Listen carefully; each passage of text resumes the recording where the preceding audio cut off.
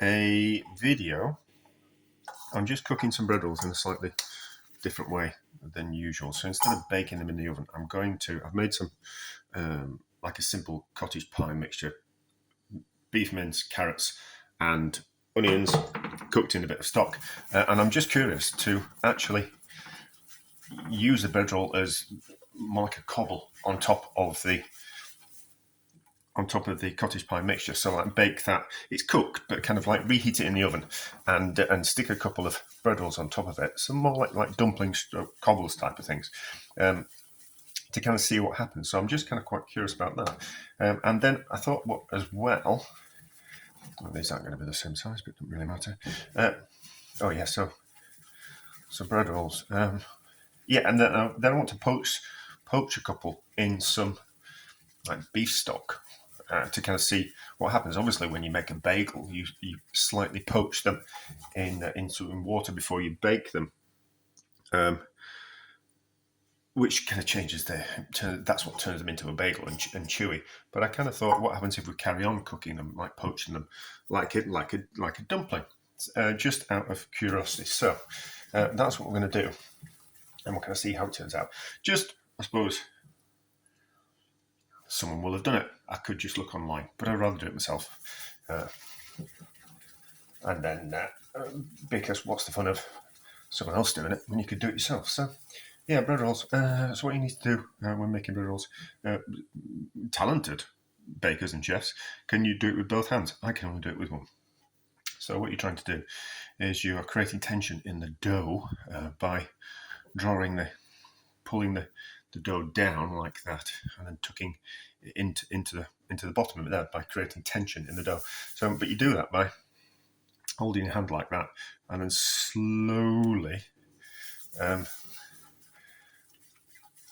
Changing the shape of your hand, so it comes more like a claw, and then you do that. So you can either do it either way that you want, and then you get that nice bit of tension in the dough, and all the bottom wants to tuck in underneath. It's quite elastic dough as this, but it doesn't want to stay. So what I'm going to do is I'm going to prove it on top of my board, and then we'll cook 2 in the stew, and we'll cook 2 in a bit of beef stock, and we'll just kind of see what happens. But they can just sit there with something over the top of them. Hopefully. It's bigger, isn't it? I didn't weigh them, that's what the problem is. Yeah, so you just slowly over time just roll them around, and then just creates that bit of tension. Which way was I doing them? That way. No, maybe that way. I don't know, can't remember. But just create a bit of tension, and then separate them, and then we'll put a bowl over the top, and then they can just prove for a few hours, and then we'll cook them when we get home. Maybe we should put them on a bit of flour. Maybe just a bit of flour so they don't stick as much as they were. Like that until we roll that one. Ever the professional. I think it's important to show your mistakes in life. Makes you a lot more human, doesn't it? Should own your mistakes. There we go. So, that's a good job. Not proving a couple of hours, something like that. Even if they overprove, I'm not that bothered. I'm only curious about how they cook rather than getting perfection. And once we do something once, we can always refine it later on, but I'm just curious to see how they cook. Anyway, so we'll be back when we're going to cook them in the 2 different ways. These will have risen enough that I can't be bothered rising them anymore. So we have a pan of OXO water, OXO stock. That one, so that just wants to come up to a little bit higher temperature, and then we want to just drop that in, and then we'll do the same with, so we'll do 2 in that, and then do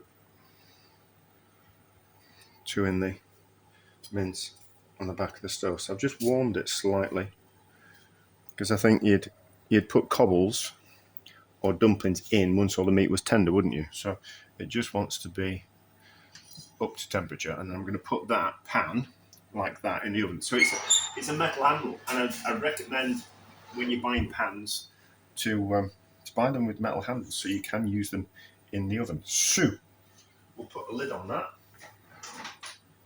if we have one. I have got one. Yes, I've got one.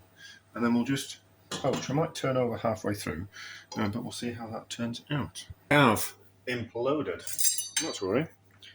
Let's fish them out and see what we think. That shrunk back. It'll probably happen when I turn them over. That one's okay. So maybe don't turn them over. Maybe just leave them to their own devices. What we're going to cut into them with, I think some scissors are going to be best. So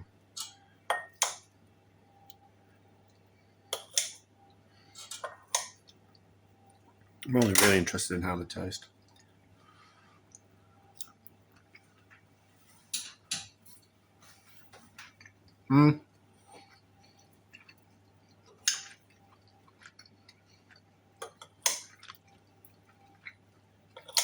Alright.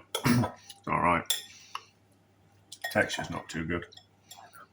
Maybe a little bit better if it was slightly smaller little dough balls, but not worth doing. So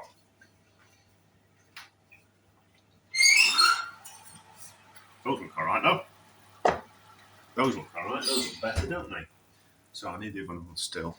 So let's just get a plate and fish one of these out and see what we think of this. So they've fared better, haven't they?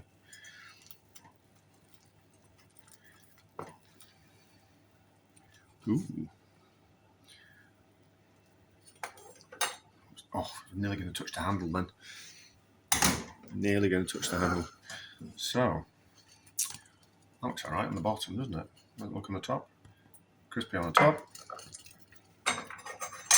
Cut into it with scissors, methinks.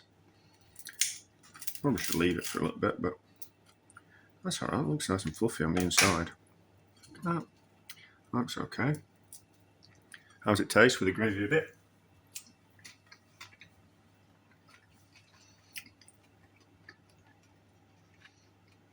Alright, it's that.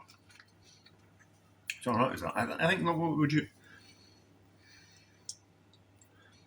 do? I think you'd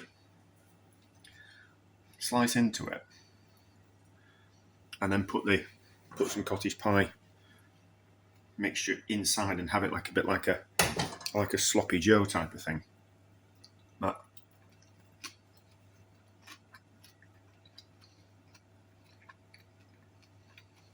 I'd rather have a dumpling. I'd rather have a dumpling than a bread roll like that, but it works. It works. You know, if you didn't have any dumpling mix in the house and you were baking bread, that'd work, wouldn't it? So I think that's what we'll do. I think I'll cut into the one of them, and we'll put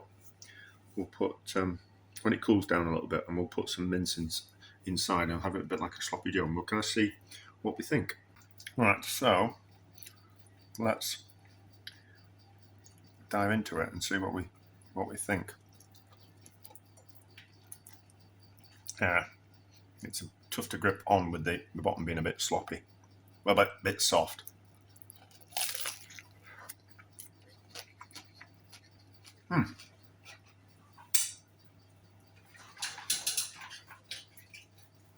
It's